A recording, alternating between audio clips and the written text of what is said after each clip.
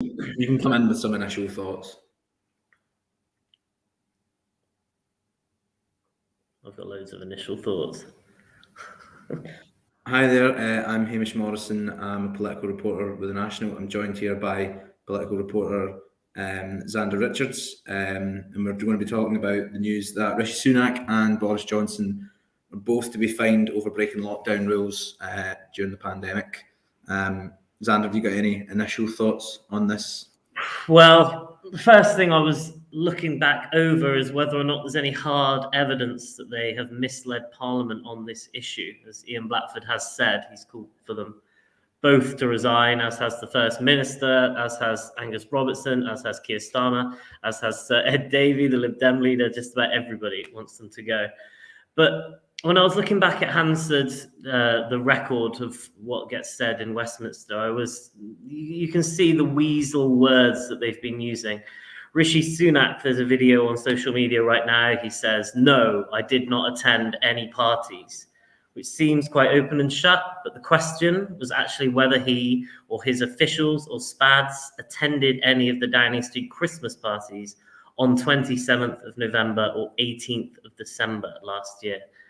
So he could realistically, plausibly say that he wasn't lying there once we finally find out which date he has been fined for, because we don't currently know. What do you think? Still don't know when they've been fined for, how much they've been fined. I don't know even if we know if there's one fine or multiple fines at the moment. So it's all quite. Downing Street have just confirmed that they are both going to be fined, but we don't really know much more beyond that, other than that despite numerous calls in his direction, Douglas Ross has refused to renew his calls for the Prime Minister to resign. Obviously he did that, and he withdrew his letter to the 1922 committee last month, and he's now saying that the Prime Minister now needs to respond to these fines being issued, but that it wouldn't be right to remove the Prime Minister because of the war in Ukraine.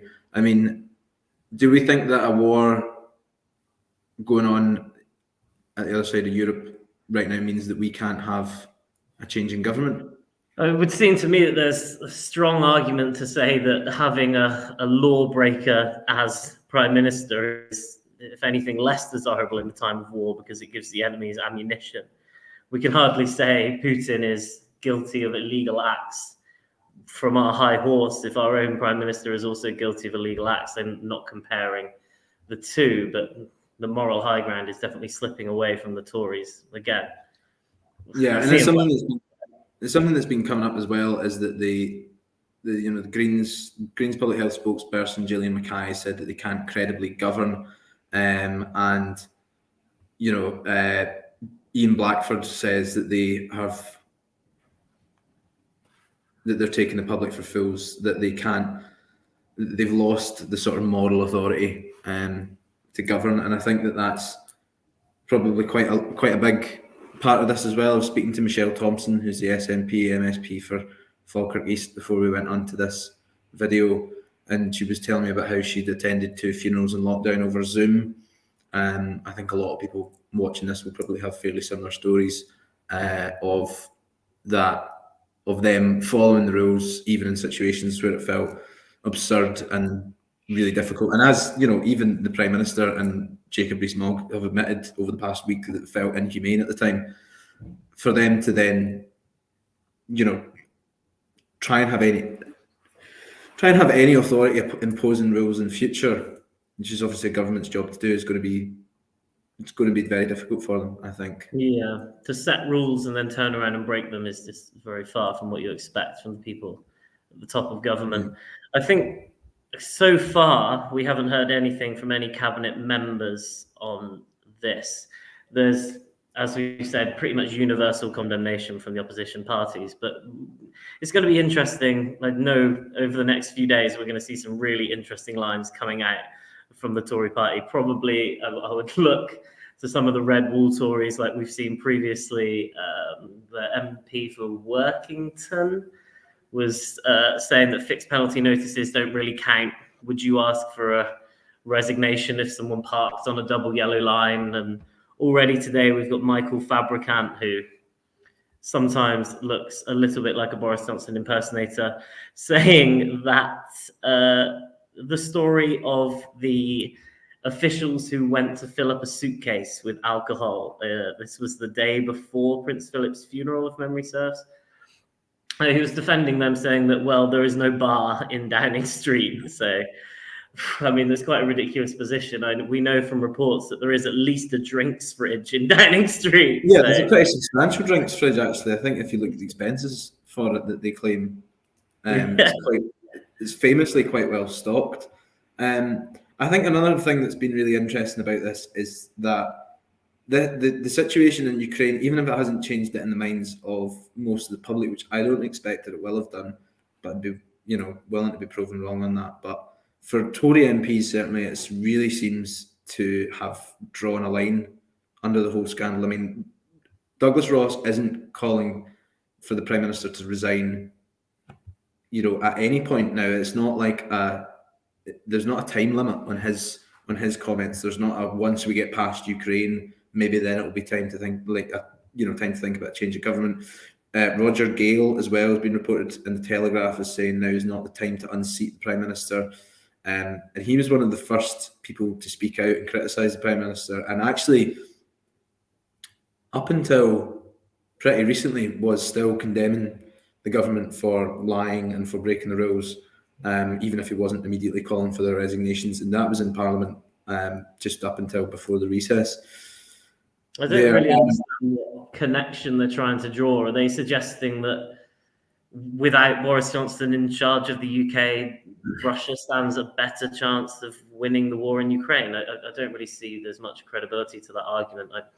I think the Tories have been cynically using the war in Ukraine for a few things now. Like we were reporting the other week how Boris Johnson's been using it's going to drive gas prices up. It's going to increase our reliance on Russian oil. We need to decrease our reliance on Russian oil, in order to push nuclear, in order to justify this cost of living crisis as some kind of effect of the war.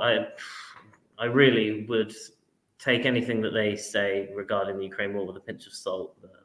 I think as well that they never let a good crisis go to waste. Boris Johnson is the master of saving his own skin politically, and something like the war in Ukraine has provided with probably the perfect get out to become a kind of wartime hero Prime Minister. You saw the photos of him over the weekend, meeting with Zelensky, and the ceramic cockerels walking through the streets of Kiev, I think it was.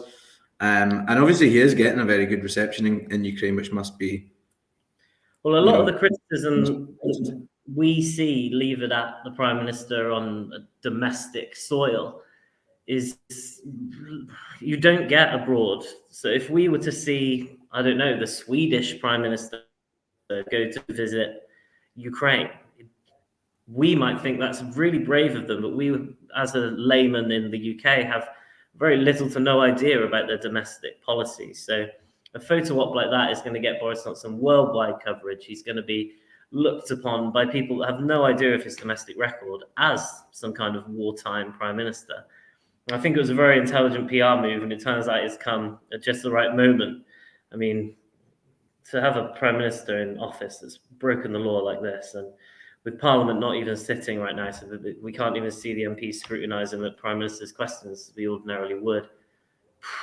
It boggles the mind, honestly.